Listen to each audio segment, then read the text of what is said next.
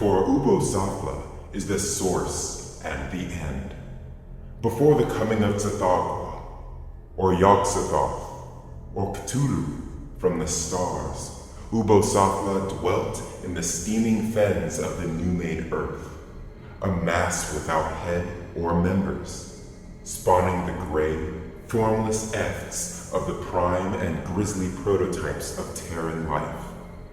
And all Earth life, it is told, shall go back at last through the great circle of time to Oobo-Sathla, the Book of Eben.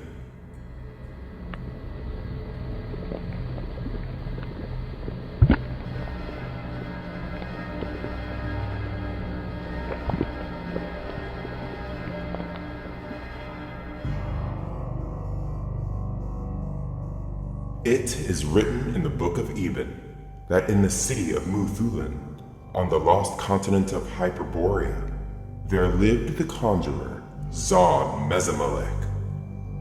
This wizard, who was mighty among sorcerers, had found an orb-like cloudy stone in which he could behold many visions of the Terran past, even to the Earth's beginning, when Oobo-Sathla, the unbegotten source, lay vast and swollen and yeasty amid the vaporing slime. And through the crystal, Zon Mezimelech had dreamt to recover the wisdom of the gods who died before the earth was born. They had passed to the lightless void, leaving their lore inscribed upon the tablets of ultra-stellar stone. And the tablets were guarded in the primal mire by the formless, idiotic demiurge Oobo-Sathla. Only by means of the crystal could he hope to find and read the tablets. Disregarding certain evil and portentous warnings, Zon Mezimelech focused his intentions upon the orb, hoping to find a portal to lost and ancient times. This he did. There was a sense of abysmal falling, a suction of maelstroms that bore him down racing streams that ran back to reattain the beginning. And then he was no longer Zon Mezimelech. He seemed to live unnumbered lives, to die myriad deaths, forgetting each time the death and life that had gone before. He fought as a warrior in half-legendary battles. A woman, he wept for the bygone dead in necropoli long crumbled. A priest of some pre-human god, he wielded the sacrificial knife in cave temples of pillared basalt. Life by life, era by era, he retraced the long and groping cycles through which Hyperborea had risen from savagery to a high civilization. He became a barbarian of some troglodytic tribe, fleeing from the slow, turreted ice of a former glacial age. Then, after incomputable years, he was no longer man, but a man-like beast, roving in forests of giant fern and calamite. The thing that had been Zon Mezimelech was a part of all the monstrous de-evolution. It flew with the claw-tipped wings of a pterodactyl. It swam in the tepid seas with the vast bulk of an ichthyosaurus.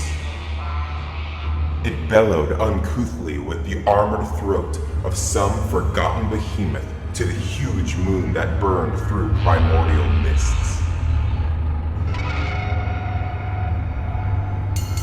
After eons of immemorial brutehood, it became one of the lost serpent men who reared their cities of black gneiss and fought their venomous wars in the world's first continent.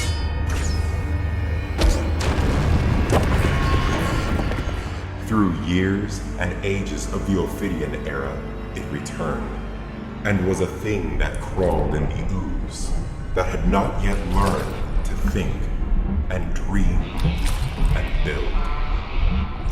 And the time came when there was no longer a continent, but only a vast, chaotic marsh A sea of slime, without limit or horizon, without shore or elevation, that seethed with the blind writhing of amorphous mists. There, in the gray beginning of Earth, the formless mass that was Ubbo-Sathla reposed amid the slime and the vapors, headless, without organs or members. It slothed from its oozy sides in a slow, ceaseless wave the amoebic forms that were the archetypes of earthly life. Horrible it was, if there had been aught to apprehend the horror, and loathsome, if there had been any to feel loathing. About it, prone or tilted in the mire, there lay the mighty tablets of star-quarried stone that were writ with the inconceivable wisdom of the pre-mundane gods. And there, to the goal of a forgotten search, was drawn the thing that had been, or would sometime be, Zom Mesamalek. Becoming a shapeless eft of the prime, it crawled sluggishly and obliviously across the fallen tablets of the gods, and fought and ravened blindly with the other spawn of Ooze of Ubbo-Sathla.